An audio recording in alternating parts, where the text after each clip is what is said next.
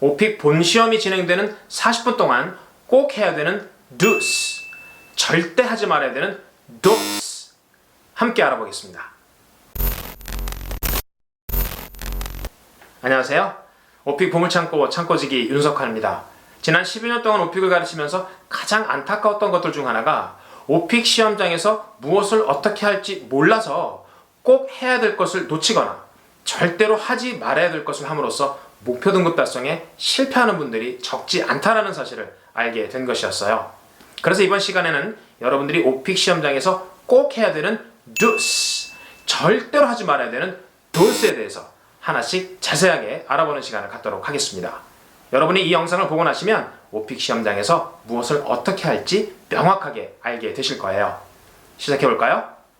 가장 첫 번째로 오픽 서베이와 오픽 난이도에서 항목과 단계를 전략적으로 선택하지 못한다. 오픽 시험은 본 시험 40분에 앞서서 약 20분 동안 오리엔테이션을 하게 되죠. 오픽 서베이와 오픽 난이도라는 단계를 거치게 되는데요. 이 두 단계를 거치는 동안 여러분들이 정보 부족이나 전략 부재로 잘못된 항목, 주제 혹은 단계를 선택함으로써 스스로 시험을 어렵게 만드는 그런 우를 범하는 경우가 많습니다. 예를 들어서 오픽 서베이에서는 일 경험 없음, 학생 아니요, 수강 후 5년 지남과 같은 항목을 선택해서 회사나 학생에 관련된 질문들이 아예 출제되지 않게 차단하는 설정을 한다라든지 4번부터 7번까지 총 12개의 선택 주제를 고를 때 좀 더 답변하기 쉬운 주제들이 출제될 수 있도록 주제를 선택하는 요령을 잘 모르시는 경우도 있습니다. 뿐만 아니라 오픽 난이도 총 6단계 중 여러분들의 현재 말하기 수준과 목표 등급에 따라서 한 단계를 선택을 하셔야 되는데요. 그에 대한 정보도 부족한 경우가 많습니다. 예를 들어 여러분들의 목표 등급이 IL, IM1, IM2인 경우에는 난이도 3단계나 4단계 중 하나를 선택하시면 되고요. 그 이상인 IM3, IH, AL인 경우에는 5단계나 6단계 중 하나를 선택하셔서 시험을 보시면 됩니다. 오픽 서베이에서 항목이나 주제를 선택하는 요령과 오픽 난이도에서 단계를 선택하는 전략에 대해서 별도의 영상이 준비되어 있습니다. 이 영상 말미에 그 두 가지에 대해서 링크를 드릴 테니까 참고해 보시면 도움이 되실 거예요. 1번 자기소개는 평가 대상이 아니다? 그러면 스킵? 네, 그동안 유튜브 채널이나 교재 그리고 오픽 블로그에서 오픽 문제 1번 자기소개는 평가 대상이 아니다라고 여러 차례 말씀을 드렸어요. 그렇다 보니까 그러면 오픽 1번 자기소개는 스킵해도 되겠구나 라고 생각하시거나 그렇게 가르치시는 선생님들이 계신데요. 저는 개인적으로 간단하게 1분 정도 자기소개를 하시는 것을 추천드립니다. 40분 동안 15문제를 만나게 되고 여러가지 문제 유형에 대해서 영어로 답변을 해야 하는데요. 간단한 입풀기, 즉 워밍업 차원에서 간단히 하시는 것을 추천드립니다. 웅성거리는 시험장 분위기에 내 페이스는 안드로메다로. 여러분이 오픽 시험을 보시는 요일이나 장소에 따라 약간의 차이가 있을 수는 있지만 오픽 시험은 여러 명이 동시에 들어가서 시험을 보게 되죠. 처음에는 내 템포대로 한두 문제 진행을 하다가 내가 문제를 듣고 있는데 주변 사람들이 영어로 막 답변하는 소리가 웅성거림으로 들리기 시작하거든요. 그러면 살짝 불안해지고 초조해질 수 있습니다. 15문제를 40분 안에 끝낼 수가 있을까? 나는 영어로 별 할 말이 없는데 저 사람들은 왜 이렇게 할 말이 많은 거야? 이러한 잡다한 생각들이 들어오기 시작하면서 내 페이스를 놓칠 수가 있어요. 절대로 40분이라는 시간은 충분합니다. 그러니까 주변 사람들의 웅성거림에 신경 쓰지 말고 다음 문제의 유형을 생각하면서 차분히 시험을 보실 필요가 있습니다. 주변의 웅성거림 절대로 신경 쓰지 마세요. 다음 질문 플레이 버튼을 너무 급하게 누른다. 네, 그렇습니다. 오픽 시험 경험이 한 번이라도 있으신 분들은 이 말에 동의를 하실 텐데요. 40분이라는 시간이 충분함에도 불구하고 조금 전에 말씀드렸던 주변 사람들의 웅성거림 그리고 15문제를 40분 안에 끝내지 못할 수도 있다는 불안감, 문제와 문제 사이에 퍼즈가 길면 감점이 되지 않을까? 이런 초조함, 이런 것들이 복합적으로 작용하면서 너무 다음 문제를 급하게 누르는 경향이 있습니다. 제가 이미 공개해드렸던 난이도별 출제 공식을 기억하시고 다음 문제 유형을 생각하면서 천천히 플레이 버튼을 누르셔도 됩니다. 절대 다음 문제 급하게 누르지 마세요. 여러분이 오픽 시험장에서 범할 수도 있는 5번째 실수는 말을 너무 빨리 한다 입니다. 이건 역시 긴장감에서 오는 실수인데요. 절대 말을 빨리 하지 말아야 됩니다. 크게 두 가지 이유가 있는데요. 일단 말을 빨리 하게 되면 clarity, 즉 명확성이 떨어지죠. 채점자들이 여러분들 답변을 들을 때 이렇게 미간을 찌푸리게 됩니다. 도대체 무슨 말을 하고 있는 거야? 제가 자주 하는 말들 중에 절대로 채점자의 미간을 찌푸리게 하지 말아라 이런 내용이 있으니까 말 빨리 하지 않도록 조심하시고요. 두 번째는 말을 빨리 하게 되면 충분한 대화톤, 즉 연기를 하기가 어렵습니다. 여러분들도 누군가와 대화를 하다가 상대방의 말이 너무 빨라서 잘 못 알아듣는 경우, 그런 경우 경험하잖아요. 말을 빨리 하게 되면 여러분들이 아무래도 좋은 답변을 하기가 어렵습니다.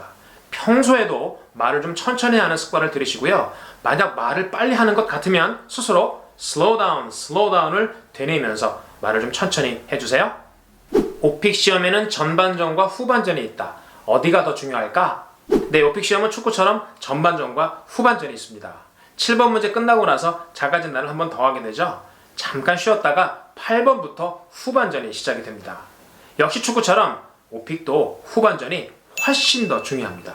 왜냐하면 배점이 상대적으로 높은 과거 경험 유형과 롤플레이 유형이 후반전에 출제되기 때문입니다.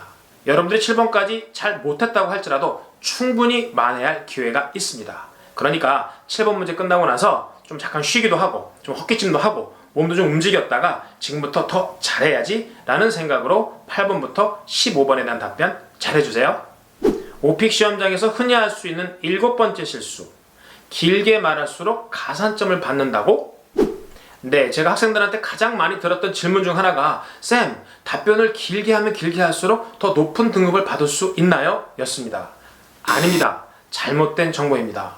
여러분들의 답변을 듣고 등급을 평가하는 채점자들은 고도로 훈련을 받은 사람들이어서 1분여만 들어봐도 여러분들의 영어 말하기 수준을 충분히 평가할 수 있습니다. 뿐만 아니라 2분이 넘어가는 답변은 아예 듣지도 않는다라고 생각하실 필요가 있어요. 그러니까 평소에 1분 내지 2분 안쪽에서 답변을 하고 마무리하는 훈련을 하실 필요가 있습니다. 절대 길게 말한다고 해서 가산점을 받는 그런 평가 시스템이 아니라는 것 꼭 기억해 주세요. 암기한 티를 내면 NH 농협 등급? 네, 여러분이 오픽 시험을 준비할 때 가장 많이 채택하는 학습법이 단순 암기인데요. 제가 자주 하는 말이 있습니다. 단순 암기는 폭망이다. 네, 그렇습니다. 단순하게 암기만 하다 보면 창작력이 부족하게 되죠. 여러분들이 시험장에서 만나는 문제들이 여러분들이 준비한 문제의 범위를 벗어나는 경우도 매우 많습니다. 그렇다면 즉흥적으로 창작을 해서 답변을 해야 되는데 단순 암기에만 의존하면 이 창작력이 매우 떨어지게 되고 결국 여러분들의 답변을 들어보면 암기한 티가 굉장히 많이 나거든요. 채점자들이 가장 싫어하는 게 바로 암기한 티를 내는 것입니다. 그래서 평소에 답변 훈련을 할 때 조금이라도 여러분들의 생각을 곁들여서 창작을 하는 훈련을 꼭 해주셔야 됩니다. 그래야지만 어색하지 않은 대화톤이 만들어지고 그것은 역시 목표 등급 달성에 굉장히 중요한 평가 요소로 작용할 수 있기 때문입니다. 할 말 없으면 그냥 next? 저는 질문을 듣고 할 말이 없어서 한두 문제 스킵했는데도 목표 등급이 나왔어요. 여러분 이런 얘기 들어보신 적이 있죠? 어떤 경우일까요? 운이 매우 좋은 경우입니다. 반대로 몇 문제 스킵했다가 등급이 안 나오는 경우가 훨씬 많습니다. 채점자들이 여러분들이 15문제에 대한 답변을 하게 되지만 전부 다 듣는 것은 아니거든요. 각기 배점이 다르고 동일한 유형들이 반복되기 때문에 몇 문제만 들어봐도 여러분들의 오픽 등급을 평가할 만큼의 충분한 훈련이 되어 있는 사람들이기 때문입니다. 그런데 여러분들이 스킵한 문제가 마침 채점자들이 듣는 문제였다면 큰 감점으로 이어질 수밖에 없겠죠. 여러분들이 이해한 대로 무엇이라도 이야기를 하는 것이 그냥 넥스트 버튼을 누르는 것보다 훨씬 낫습니다. 할 말이 없다고 넥스트 버튼 마구 누르지 마세요.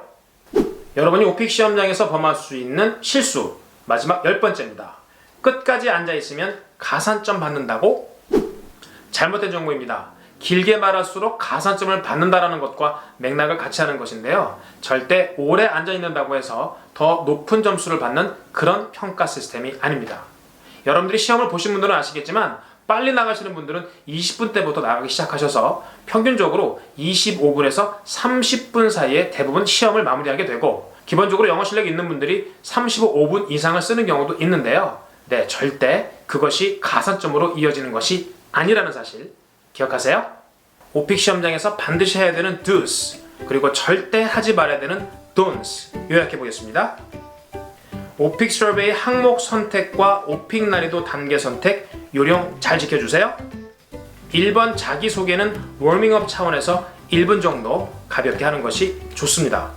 주변 사람들 웅성거림에 대해 신경 끄고 내 페이스를 유지해주세요. 다음 문제 플레이 버튼 누르기 전에 문제 유형 미리 생각하면서 천천히 눌러주세요. 말 빨리 하지 않도록 조심하세요. 8번부터 시작하는 후반전이 전반전보다 훨씬 더 중요합니다. 아무리 할 말이 많아도 답변 길이가 2분 넘어가지 않도록 조심하세요. 암기한 티를 없애고 최대한 연기해주세요. 할 말이 없다고 그냥 스킵하지 마세요.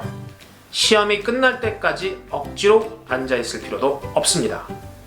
여러분이 오픽 시험장에서 꼭 해야 되는 do스와 절대로 하지 말아야 되는 don't를 10가지로 정리해 보았습니다. 오픽 시험에 대해서 궁금한 점들이 많으실 텐데요. 만약 질문이 있으시면 아래 댓글이나 설명란에 있는 제 카톡으로 연락 주시면 자세하게 설명을 해드리도록 하겠습니다. That's all for today. I hope you found this video helpful.